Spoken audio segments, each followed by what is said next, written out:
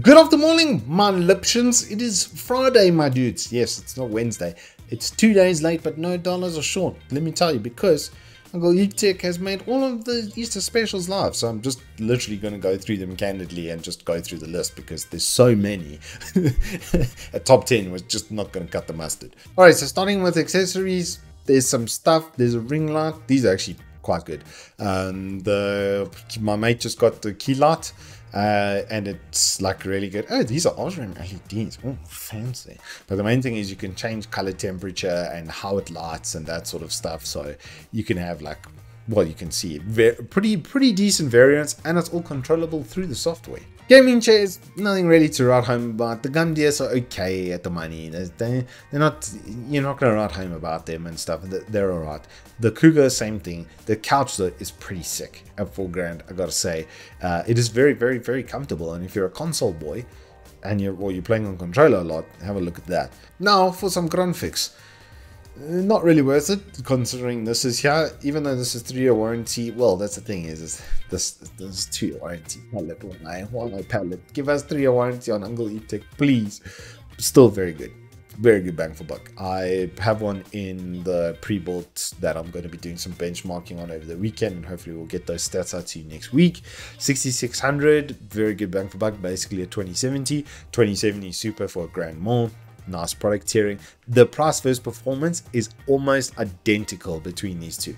Okay, your rand per frame rate is literally going to be exactly the same. So if you're happy with a little bit less, if you're shooting for 60 FPS, get this. If you want closer to 100 and a bit more high refresh rate for your gaming, get this. My boy Nobody, if you hit him up on Twitter, he'll tell you all about it because he bought one of my recommendation and now he's loving life. The 3060 12 gig is really well priced as well.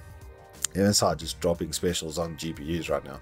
The 3060 Ti, so 12 gig is going to be a little bit better if you play like big open world environment games. Total War is a good example.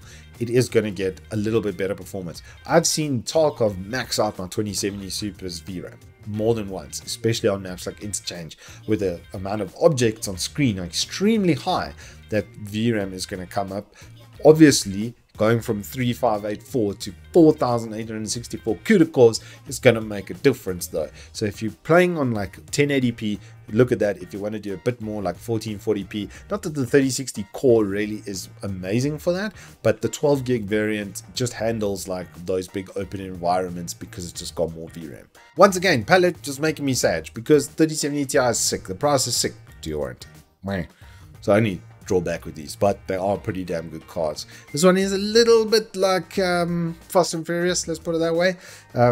Not the good ones either, like Fast and Furious 2, that kind of era, the top over there. It's a good cooler and everything on here, and a mate of mine's had his now for, it must be going on 2.5 years, still rocking, so can attest to them actually going past their warranty. Hard drives, there's one option, it's a good option though. 256 meg cache, nice as a data storage. Headsets, there's quite a few. Good at the price, good at the price, good at the price, good at the price, good at the price. Until here's where things start to get a little bit more tricky. This is probably the best at this price point, honestly, just for audio quality, lightness, comfort, etc. These are absolutely fantastic. Down this end of the world, I'd probably steer you towards the Black Shark, honestly. I'm sure these are good, I've just never used them, so I can't really comment. Hopefully one day Logitech will send me a pair. Keyboards, on the other hand, I did see that this full mechanical was 299 rand. It's actually got a Jigshan Blue like mechanical switch in there, which is mind blowing because the keys for this cost like half of what the keyboard cost. If you just were to buy the keys themselves, they would cost almost half of what that whole keyboard cost. Kind of sick. If you want it in 60%, I've just reviewed this, can attest to it's pretty good. Only thing is the spacebar. So, but if you've got a bit more cash to spend, get the E3. It's going to be a bit better. And if you've got like, if you want something premium, get the Razer at 60%. This is going to be great. Nothing full size that's really on special here. Just kind of sad, just really high-end stuff, in which case you're going to do like tons of research and decide exactly which switch etc you want. From the laptop section, there was a few things that I wanted to pull your attention to. One of them was this IdeaPad 3. This had, at this price point, the best price versus performance because it's got the 1135 G7 4-core 8-thread processor, so it's really, really strong, but it also has 512 gig SSD plus 1 TB HDD. So if you just do even, I would say even the 12 gig upgrade, it'll just make it that much better, and it's like $800 on top. If you can rather get the 20 gig upgrade, because it's 13K, this is like a development platform for, you know, doing programming or whatever the case is on the go. It's going to be really nice. It's going to compile quickly. It's got a nice full HD screen, nice finishing package as well from Lenovo. Still nice to have the 1 TB storage as well, just so you're not confined only to the SSD.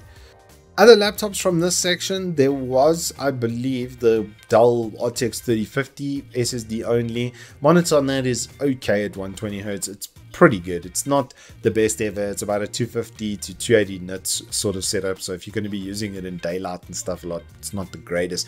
I think the 3060 is coming with the 165Hz panel, isn't it? No, it's also on the 120Hz. So where you see the 120Hz, it is a little bit dimmer than the 165. If you can get the Dell with the 165, I would do that. But both of these at their price versus performance is just kind of sick. But this one is particularly interesting, the HP Omen. Firstly, it looks incredible. I've got to say, I honestly wish HP would send me one of these for review, because just look at it. It looks so good. I would check some reviews on it, but if you look at the base spec, that's right, it's got a 1440p monitor, 16.1 inch as well, 165Hz. Plus it's got like a TKL sort of setup over here for the keyboard. So it's like a bit more gaming design sort of focused than the other two. And it's got, well, an 8-core 16-thread 11800H, which is kind of a monster. So base setup is 16 gig RAM, 512 gig SSD.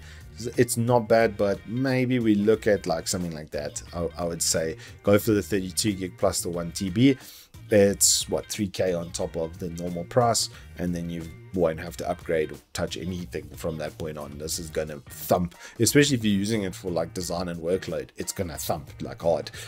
Memory, there are these two. This is by far the easiest pick between the two, because it's got the CL18 set up on these, and they do actually look pretty damn nice. I've got to be honest. This XPG stuff, after using my 550-200 MHz kits, I'm really starting to enjoy them as well. But I just got to go back to Clev for a moment, because this is on special. I don't know why it's not in that section. Kind of a weird one for me, but 4000 MHz CL19 for 1799 2x8 gig kit. So for like 3,400 Rand, 3,600 Rand, you could get 32 gigs of this goodly stuff. The LED on this looks amazing as well. I'm using the DRGB version of this on everything, the 3600 MHz CL18. Literally set DOCP or XMP in the BIOS, and the thing works absolutely flawlessly. Having a look at monitors, this 75Hz 27 is quite nice. 144/24 for 3.5, like sick, no periscope neck. Get a desk clamp for a couple $100 and you can sort that out. Full periscope neck on the 27 does smear a little bit, but it's super feature rich on this panel. This is by far the best HDR, and this is the best 240Hz and high refresh rate panel I've ever used, ever. I kid you not, because it has a 0.1 millisecond pixel response time. 0.1 milliseconds. The pixel response time on this is so damn good. There's just nothing like it. The only thing with this monitor, look at the face. Look how happy I was. You know, when I did this review, it was like over a year ago. What is this? January 2021. It's a long time ago, and this thing has still left that kind of impression on me, dude. It's absolutely sick. I can't tell you how good this panel is on this monitor. If only it came with a 3-year warranty. I don't know why so you did this. This would be known as like probably the best 240Hz if it wasn't for that. The display HDR on this, I can't tell you how good it is. I've used a lot of monitors with it now, and this was by far the best. By far, it was the only one where I turned on HDR and I didn't feel like I could get something better from doing a manual color palette myself. So yeah, I can attest to this thing. It's absolutely sick, but it's still not my pick from this section. This price versus performance is just ridiculous. It's a 1440p VA panel, 165Hz refresh rate, 1 millisecond response time. I do believe that's with MPRT though, that you're gonna get 4 millisecond. 5 millisecond gray to gray, so maybe there might be a bit of smearing. I'd love to get a unit to test, but I think with the knowing LG and stuff, and having used a lot of VAs at 1440p now, They're generally not quite as responsive as the IPS. There can be a touch of smearing, but the contrast is always better. Well, contrast performance at least. And in this case, LG are the best with contrast performance. So if you want something for like playing, I don't see you buying this if you're like serious about FPS. You're probably going to get a 24 to a 27 just because it's easier to see the whole screen in one sitting. But if you're into open world environment games and stuff, this thing is going to be disgusting.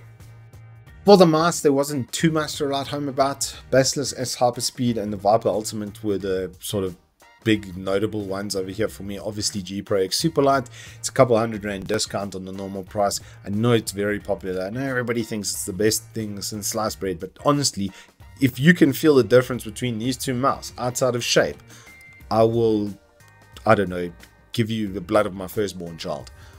For the PC cases, the only one that really jumped out at me was the Corsair. I built in this. It's got good clearance on top and bottom. It doesn't come with like any like overly fancy add-ons or extras and stuff. If I remember, the fans included, there was only one fan at the front, or two fans at the front. I can't remember the exact sets of inclusion, but the clearance on top and bottom was good enough that I put a pretty high-end, well, actually two high-end builds into cases like this, and they were absolutely perfect. Temps, everything, shine out. For power supplies, you've got your 80 plus. I love gold. It's gold rating. It's gold member rated. Okay, 1499 full modular as well. Like these are sharp. I love Cooler Master power supplies. I've got a V1000 gold, and it just does its job no matter what I put onto it. 3090s, 12900Ks, you name it. The thirstiest of the components. It just doesn't care. I never hear the fan. I never heard call one. This thing's great. Look at the size of these caps. Just look at the size of them. They're huge. For routers, TP-Link dropped a nice little one on us with the Wi-Fi 6 AX1800 for 1399. That's pretty damn good price. SSDs are just crazy right now. Between Clev, XPG, and Hikvision, it's like it's a gang war going off in the special section over here. XPG even thumping their own equipment like this. It's a bit of a weird one for me, but like look at that pricing. Okay, ridiculous. 5-year warranty. This one only has a 3-year warranty, and it's also a 5-year warranty. Damn. Okay, so 5-year warranty for $1,000 there. The 1 TB is 1499 from Uncle Hick. And then at the bottom here, 2 Gen 4s for like really good pricing. I did the MP600 XT review, so if you want to check it over here. Kind of disgusting, and now the price point has come down, like I think since I reviewed it, at least R1,000, so it's like a 30% off right now. Nuts. Thrustmaster got its own little section with a steering wheel, and it's pretty cool because it's got like a clutch and stuff, and like it's got adjustable springs for by the looks of things. And it's got a flippin' RPM counter in the top there. It looks flippin' sick. If you want me to review this, hit me up in the comments down below. But by that I mean like you want me to review this, hit me up in the comments down below. For the upgrade kits, all of these are good at their price point, and they're all for different niches. This is for the new budding entry-level gamer. The board is, it's okay. It's fine. It's an M-K. Prime's real pinnacle series of their run rate of their entry-level stuff, at least for Asus, is the M-K. This one's even got cooling on its little setup over there. You're not going to run a 12900K on this, so future-proofing here is limited, to be honest. But if you want just a good base platform, the 12400 is going to basically thump anything previous generation. The $7,000 with nice DDR4 memory as well. It strikes me as not bad. Then if you want match made in heaven, X570 plus 5600X, PCI Express 4.0. It's got good memory on it as well. 5600X is like so easy to run. Like you could put like a baby 120mm rad or like a decent 500 rand tower cooler on that, and it'll probably never go north of like mid 60s. The 5600G bundle, on the other hand, is kind of interesting. B550 plus, so it's not, because it's Gen 3, you don't really care because you're not getting any of the Gen 4 PCI Express from the G series processors, but it's still an 8-core 16 thread. I've got one of these set up in the test bench. I think I've got the 5700, not the 5750, so this is probably a little bit higher clocked than that, and it runs really damn well. Like my gaming performance for like mid-range GPUs up to like 3060 Ti is pretty damn sharp, but because this is an APU, you don't actually need a graphics card. Clap 32 gig RAM on there and you've got yourself a stream PC. Even with the 16 gig, it'll be okay. It should be okay on 16 gig. You might start to run out of, you'll probably run out of processing headroom before you run out of RAM if you do a stream PC with it. But if you want like a little development platform, a render PC, something to just do Adobe Suite or something like that, this will be good because the APU is going to float you and get you some of that OpenGL experience from your Adobe Suite products. And then you've got your 8-core 16-thread for in your render. Then on bottom left, it's Big Papa 5950X with an X570p with 16 gig RAM and a 240mm cooler for it for 15K when the processors were like 11K, 12K kind of retail price. That's disgusting. You're getting three add-ons